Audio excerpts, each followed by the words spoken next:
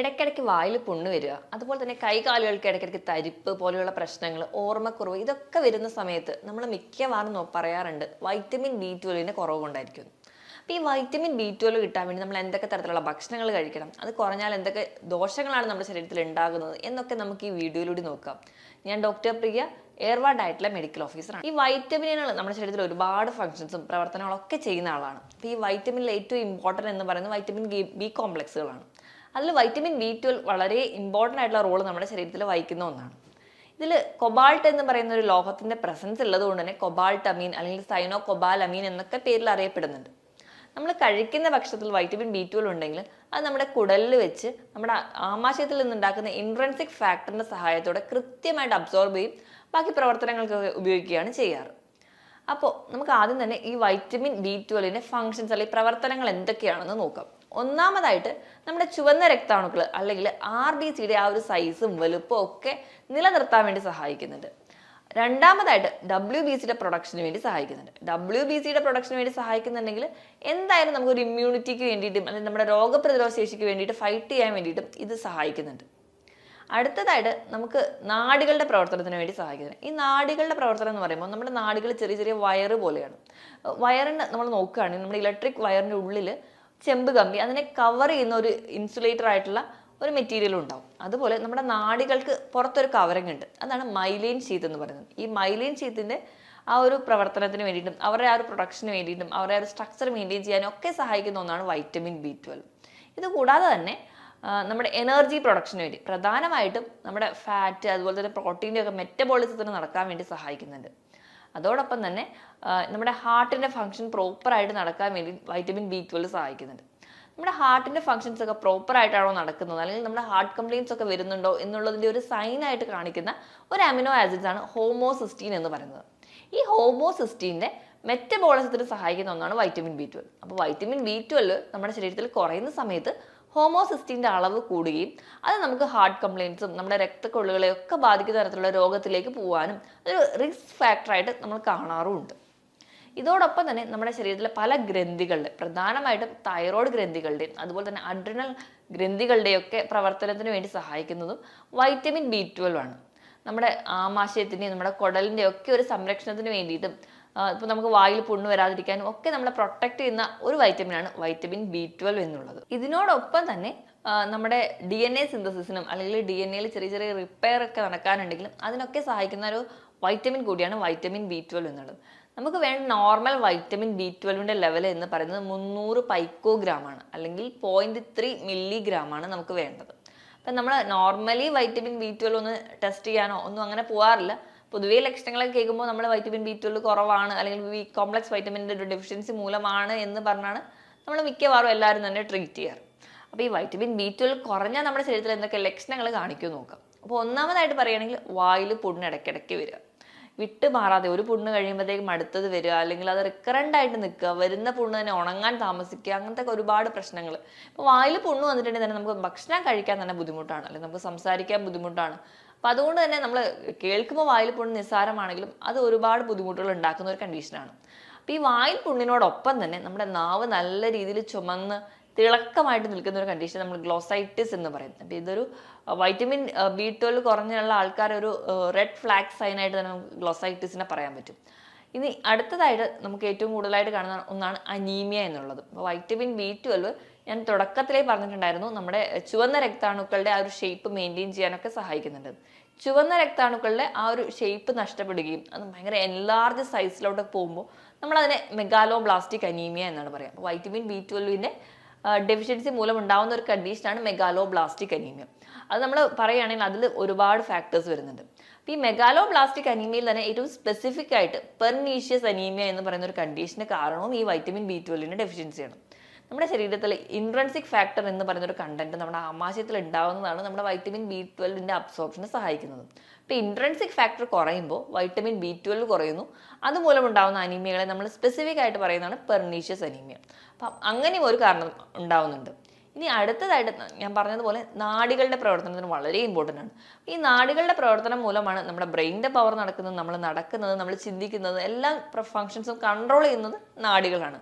അപ്പോൾ ഈ നാഡികൾ മൊത്തത്തിലൊരു ഡാമേജ് ആവുകയാണെങ്കിൽ ഒന്നാമതായിട്ട് നമുക്ക് നമ്മുടെ കോൺസെൻട്രേഷൻ നഷ്ടപ്പെടുന്നു, നമുക്ക് ഒരു കാര്യത്തിലും അറ്റൻഷൻ ഉണ്ടാവുന്നില്ല, ഓർമ്മക്കുറവ് ഉണ്ടാവുന്നു. നമ്മുടെ ഒരു ഓൾഡ് ഏജ് എത്തുന്നതിന് മുൻപ് തന്നെ നമുക്ക് പല കാര്യങ്ങളും മറന്നു പോകാം. ഒരു സാധനം വെച്ചാൽ അത് എവിടെയാണെന്ന് മറന്നു പോവുക. പല കാര്യങ്ങളും ഇപ്പോൾ പഠിക്കുന്ന കുട്ടികളുടെ കേസിലൊക്കെ വൈറ്റമിൻ B12 കുറയുന്ന സമയത്ത് പഠിക്കുന്ന കാര്യങ്ങൾ പോലും അവർക്ക് പേപ്പറിൽ കറക്റ്റായിട്ട് എഴുതാൻ പറ്റാതെ വരിക, അല്ലെങ്കിൽ ക്ലാസ്സിലെ കുറച്ചുകൂടെ ബാക്കായി പോവുക, ഇങ്ങനത്തെ പ്രശ്നങ്ങളൊക്കെ കാണിക്കാറുണ്ട്. ഇനി അടുത്തായിട്ട് പറയുന്നത് ബ്രെയിൻ ഫാഗ്, അല്ലെങ്കിൽ തലയ്ക്കൊരു കനം, ഒരു മന്ദതയായിരിക്കും നമുക്ക് തോന്നുക. ഇനി നടക്കാൻ പോകുമ്പോൾ വേച്ച് പോവുക, അല്ലെങ്കിൽ നടക്കാൻ ബുദ്ധിമുട്ട് തോന്നുക, ഇതും നമുക്കൊരു സ്പൈനൽ കോഡിൻ്റെയോ അല്ലെങ്കിൽ സുഷുമ്ന നാഡിനെയൊക്കെ ബാധിക്കുന്ന സമയത്ത് ഉണ്ടാവുന്ന ലക്ഷണങ്ങളാണ്. ഇനി ഇതോടൊപ്പം തന്നെ കൈകാലുകൾക്കുള്ള തരിപ്പ്, പെരുപ്പ്, ഇവിടെയും നാഡികളെ ബാധിക്കുന്നത് മൂലം ഉണ്ടാവുന്നതാണ്. ഇങ്ങനെ ന്യൂറോപ്പതിയുടെ പല പല വിഭാഗങ്ങളിലായിട്ട് നമുക്ക് കാണിക്കാൻ പറ്റും. ഏതൊരു ഏരിയയിൽ മൈലിൻ ഷീത്തിനെയാണോ ബാധിച്ചത് അതിനെ ഡിപ്പെൻഡ് ചെയ്ത് നമുക്ക് സിംറ്റംസ് മാറിക്കൊണ്ടേയിരിക്കും. ഇപ്പം സ്പൈനൽ കോഡിലാണെങ്കിൽ നമുക്ക് നടക്കാൻ കട്ടിലേന്നൊക്കെ എണീക്കുന്ന ആ ഒരു സമയത്ത് പെട്ടെന്ന് വേച്ച് പോവുക, അല്ലെങ്കിൽ നടക്കാൻ പോകുന്ന സമയത്ത് പെട്ടെന്ന് ബാലൻസ് തെറ്റി പോവുക, ഇങ്ങനത്തെ ലക്ഷണങ്ങളായിട്ടായിരിക്കും പ്രസന്റ് ചെയ്യുക. അപ്പം ഈ പറഞ്ഞ കാര്യങ്ങളൊക്കെ നമുക്ക് വൈറ്റമിൻ B12 കുറയുമ്പോൾ ഉണ്ടാവുന്നതാണ്. ഇനി ഇത് കൂടാതെ തന്നെ നമ്മുടെ ഹാർട്ടിന്റെ ഫംഗ്ഷൻസിന് ഇമ്പോർട്ടൻ്റ് ആണെന്ന് പറഞ്ഞു. അപ്പോൾ വൈറ്റമിൻ B12 കുറയുന്ന സമയത്ത് നമ്മുടെ ശരീരത്തിൽ അമിനോ ആസിഡ്സ് ആയിട്ടുള്ള ഹോമിസിസ്റ്റീൻ എന്ന് പറയുന്ന ഒരു കണ്ടന്റ്, മെത്തിയോണിൻ എന്ന് പറയുന്ന ഒരു അമിനോ ആസിഡ് ഡൈജസ്റ്റ് ചെയ്തുണ്ടാവുന്ന ഒരു കണ്ടന്റ് ആണ്. അപ്പോൾ നോർമലി അതിൻ്റെ ലെവൽ നമ്മുടെ കുറവായിരിക്കും നമ്മുടെ ശരീരത്തിൽ. വൈറ്റമിൻ B12 കുറയുന്ന സമയത്ത് ഇതിൻ്റെ ലെവൽ അങ്ങ് കൂടാൻ തുടങ്ങും. ഈ ഹോമോസിസ്റ്റീൻ്റെ ലെവൽ കൂടുന്ന സമയത്ത് നമുക്ക് നമ്മുടെ രക്തക്കൊഴലുകളും നമ്മുടെ ബ്ലഡ് വെസൽസിനും ഒക്കെ ഡാമേജ് ഉണ്ടാവാൻ തുടങ്ങും. നമുക്ക് അതിറോസ്ക്ലിറോസിസ്, അല്ലെങ്കിൽ നമ്മുടെ രക്തം കട്ട പിടിക്കുന്ന അവസ്ഥകളും ഒക്കെ ആയിട്ട് മാറും. അത് നമ്മുടെ ഹാർട്ടിൻ്റെ ഫംഗ്ഷനെ ബാധിക്കുന്നുണ്ട്. അപ്പോൾ വൈറ്റമിൻ B12 എന്ന് പറയുമ്പോൾ നിസ്സാരമായി കാണുന്ന ഒരു വൈറ്റമിൻ ആണെങ്കിലും നമ്മുടെ ഹാർട്ടിൻ്റെ ഫംഗ്ഷൻ വരെ കൺട്രോൾ ചെയ്യുന്ന ഒരു വൈറ്റമിനാണ് വൈറ്റമിൻ B12 എന്നുള്ളത്.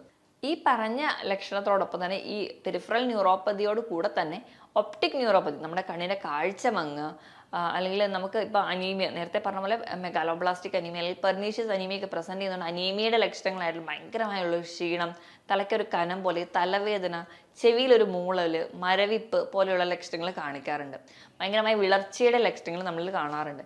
WBCയുടെ പ്രൊഡക്ഷന് കുറയുന്നതിൻ്റെ ഭാഗമായിട്ട് രോഗപ്രതിരോധ ശേഷി വളരെയധികം കുറയുന്നതായിട്ട് കാണാം. ഇടയ്ക്കിടയ്ക്ക് ഇൻഫെക്ഷൻസ് വരിക, കുഞ്ഞുങ്ങളിലൊക്കെ ആണെങ്കിൽ പ്രത്യേകിച്ച് ഇടയ്ക്കിടയ്ക്ക് റിക്കറൻ്റ് ആയിട്ട് ഇൻഫെക്ഷൻസ് വരുന്നതും ഒക്കെ നമുക്ക് വൈറ്റമിൻ B12 കുറയുമ്പോൾ കാണാറുണ്ട്.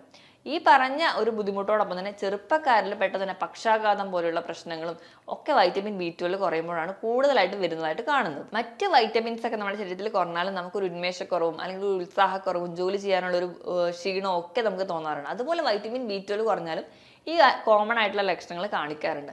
തൈറോയ്ഡ് ഗ്രന്ഥിയുടെയും അതുപോലെ തന്നെ അഡ്രിനൽ ഹോർമോൺസിൻ്റെയും ഒക്കെ ആ ഒരു വേരിയേഷൻസ് കാണിക്കുന്നത് കൊണ്ട് തന്നെ നമുക്ക് anxiety, depressions, mood disorder, irritability പോലെയുള്ള മാനസിക പ്രശ്നങ്ങളും വൈറ്റമിൻ B12 കുറഞ്ഞാലും ഉണ്ടാവും.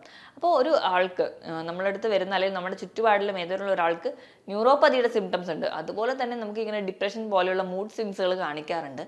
ഇതിനോടൊപ്പം തന്നെ നമുക്ക് അനീമിയ അല്ലെങ്കിൽ ഒരു ഉന്മേഷക്കുറവ്, ഒരു ഉത്സാഹക്കുറവ്, ഭയങ്കര ക്ഷീണം, പേശികൾക്ക് വേദന, ഈ പറയുന്ന പ്രശ്നങ്ങളും നമുക്ക് നടക്കാൻ പോകുമ്പോൾ വേച്ച് പോകുന്ന പ്രശ്നങ്ങളും ഒക്കെ കാണിക്കുന്നതെങ്കിൽ മിക്കവാറും അവർക്കൊരു വൈറ്റമിൻ B12 ഡെഫിഷ്യൻസി ആയിരിക്കും. ഇതോടൊപ്പം തന്നെ നമ്മുടെ ആമാശയത്തിനെയും കുടലിനെയും ഒക്കെ ബാധിക്കുന്ന രീതിയിലും അതോടൊപ്പം തന്നെ വായിൽ പുണ്ണ് വരിക, ഈ പറയുന്ന ലക്ഷണങ്ങളും കൂടെ കാണിക്കാറുണ്ട്. അപ്പോൾ ഇങ്ങനത്തെ പ്രശ്നങ്ങളൊക്കെ കാണുമ്പോൾ ഇത് ആർക്കാണ് കൂടുതലായിട്ടും വൈറ്റമിൻ B12 കുറയുന്നതെന്ന് നോക്കാം. ഈ വൈറ്റമിൻ B12 എന്ന് പറയുന്ന ഒരു വൈറ്റമിൻ കുറയാൻ ഏറ്റവും ഇമ്പോർട്ടൻറ്റ് കാരണം എന്ന് പറഞ്ഞാൽ നമ്മൾ ഒന്നാമത് പ്യുവർ വെജിറ്റേറിയൻസ് ആണെങ്കിൽ കൂടുതലും ഈ വൈറ്റമിൻ B12 അടങ്ങിയ ഭക്ഷണങ്ങൾ നമ്മൾ മാംസത്തിലാണ് ഉള്ളത്. അപ്പോൾ നമ്മൾ വൈറ്റമിൻ B12 കുറയാൻ ഒരു കാരണം എന്ന് പറഞ്ഞാൽ നമ്മൾ കംപ്ലീറ്റ്ലി വെജിറ്റേറിയൻ ആണെങ്കിൽ, ഒട്ടും നോൺ വെജ് കഴിക്കാത്ത ഒരാളാണെങ്കിൽ അവർക്ക് കുറയാൻ ചാൻസ് ഉണ്ട്. 75 വയസ്സിന് മുകളിലെത്തിയ ആൾക്കാർക്ക് സ്വാഭാവികമായിട്ട് വൈറ്റമിൻ B12 ഡെഫിഷ്യൻസി കാണിക്കാറുണ്ട്. ഇത് കൂടാതെ തന്നെ വൈറ്റമിൻ B12 അബ്സോർബ് ചെയ്യണമെങ്കിൽ നമ്മുടെ കുടലിൽ ഇൻട്രൻസിക് ഫാക്ടർ എന്ന് പറയുന്ന ഒരു കണ്ടന്റ് വേണം. അപ്പോൾ നമ്മുടെ കുടലുമായി ബന്ധപ്പെട്ട എന്തെങ്കിലും രോഗങ്ങൾ, കോൺസ് ഡിസീസ്, സീലിയാക് ഡിസീസ്, അല്ലെങ്കിൽ ഇപ്പം എന്തെങ്കിലും സർജറി ഒക്കെ കുടലിന് ചെയ്ത ആൾക്കാരാണെങ്കിൽ ഇവർക്കൊക്കെ ഒരു വൈറ്റമിൻ B12 ഡെഫിഷ്യൻസി കാണിക്കാറുണ്ട്. ഈ പറഞ്ഞ കൂട്ടുകാരോടൊപ്പം തന്നെ അധികമായിട്ട് മദ്യപാനം ശീലമുള്ള ആൾക്കാർ, കണ്ടിന്യൂസ് ആയിട്ട് ഓറൽ കോൺട്രാസെപ്റ്റീവ് പിൽസ് കഴിക്കുന്ന ആൾക്കാർ, അതുപോലെ തന്നെ ആവശ്യമില്ലാതെ മരുന്ന് കഴിക്കുന്ന ആൾക്കാർ, ഡോക്ടറെ പ്രിസ്ക്രിപ്ഷൻ ഒന്നും കൂടാതെ മരുന്ന് കഴിക്കുന്ന ആൾക്കാർക്ക് നമ്മുടെ ആമാശയത്തിൽ കൃത്യമായിട്ടൊരു ബാക്ടീരിയകളൊന്നും ഇല്ലെങ്കിൽ, അല്ലെങ്കിൽ നമുക്ക് ഗുണകരമായിട്ടുള്ള ബാക്ടീരിയകളൊക്കെ നശിച്ചു പോകുന്നതിൻ്റെ ഭാഗമായിട്ട് കറക്റ്റായിട്ട് ഈ ഒരു വൈറ്റമിൻ B12 അബ്സോർപ്ഷൻ നടക്കാതെ വരികയും അങ്ങനെയും ഈ ഒരു വൈറ്റമിൻ B12 ഡെഫിഷ്യൻസി കാണിക്കാറുണ്ട്. അപ്പം എന്ത് തരത്തിലുള്ള ഭക്ഷണമാണ് കഴിക്കേണ്ടത് എന്ന് നമുക്ക് നോക്കാം. ഏറ്റവും ഇമ്പോർട്ടൻ്റ് ആയിട്ടുള്ള നോൺ വെജ് ഫുഡ് തന്നെയാണ്. ബീഫ് അല്ലെങ്കിൽ ചിക്കൻ പോലെയുള്ള പ്രോട്ടീൻസ്, മുട്ടയുടെ മഞ്ഞ, അതുപോലെ പാൽ ഉൽപ്പന്നങ്ങൾ, പനീർ, തൈര്, ചീസ് ഇവയിലൊക്കെ B12 അടങ്ങിയിട്ടുണ്ട്. ഇലക്കറികളിലും ധാരാളമായിട്ട് വൈറ്റമിൻ B12 അടങ്ങിയിട്ടുണ്ട്. അപ്പോൾ നമ്മുടെ വൈറ്റമിൻ B12 ഡെഫിഷ്യൻസി കാണിക്കുന്ന ആൾക്കാരാണെങ്കിൽ നിർബന്ധമായിട്ടും ഈ ഒരു ഭക്ഷണങ്ങളാണ് കഴിക്കേണ്ടത്. ഇപ്പോൾ കംപ്ലീറ്റ്ലി ഒരു വെജിറ്റേറിയൻ ആണെങ്കിൽ അവർ കംപ്ലീറ്റ്ലി ഈ ഒരു ഭക്ഷണങ്ങളൊന്നും കഴിക്കുന്നുണ്ടാവില്ല. അപ്പം അങ്ങനെയുള്ള ആൾക്കാർക്ക് വേണ്ടി ഫോർട്ടിഫൈഡ് ചെയ്തിട്ടുള്ള സിറിയൽസും പൾസസും ഒക്കെ ഉണ്ട്. ഈ വൈറ്റമിൻ B12ന്റെ കണ്ടന്റ് അടങ്ങിയിട്ടുള്ള സിറിയൽസും പൾസസും ഉണ്ട്. അപ്പോൾ അത് നിങ്ങൾ കഴിക്കേണ്ടതാണ്. ഇപ്പം അതും അല്ലെങ്കിൽ കറക്റ്റായിട്ട് ഒരു ഡോക്ടറോട് അഡ്വൈസ് പ്രകാരം തന്നെ വൈറ്റമിൻ B12ന്റെ ടാബ്ലറ്റ്സുകൾ നിങ്ങൾ നിർബന്ധമായിട്ടും കഴിക്കുക. ഇല്ലെങ്കിൽ ഈ പറയുന്ന കോംപ്ലിക്കേഷൻസ് നമുക്ക് ഒരു പ്രായം എത്തുന്നതിൻ്റെ മുൻപ് തന്നെ വരാം.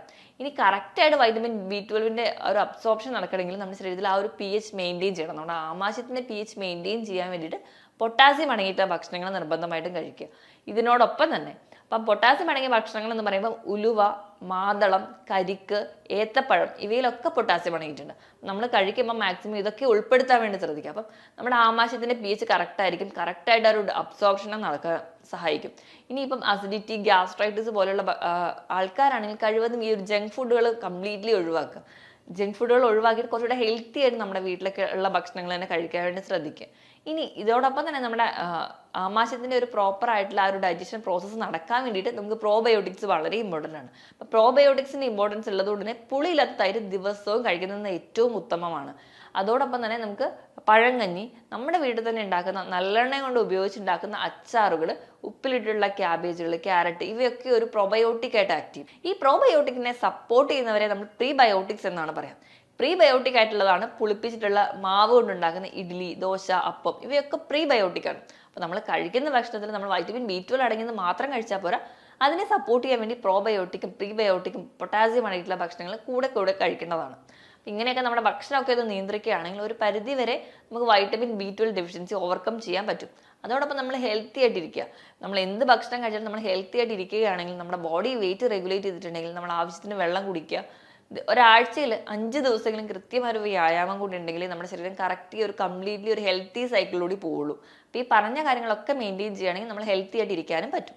ഞാൻ ഈ പറഞ്ഞ കാര്യത്തിൽ എന്തെങ്കിലും ഡൗട്ട് ഉണ്ടെങ്കിൽ താഴെ കാണുന്ന നമ്പറിൽ കോൺടാക്ട് ചെയ്യുക. മറ്റൊരു ഹെൽത്ത് ടോപ്പിക്കുമായിട്ട് വീണ്ടും കാണുന്നത് വരെ നന്ദി.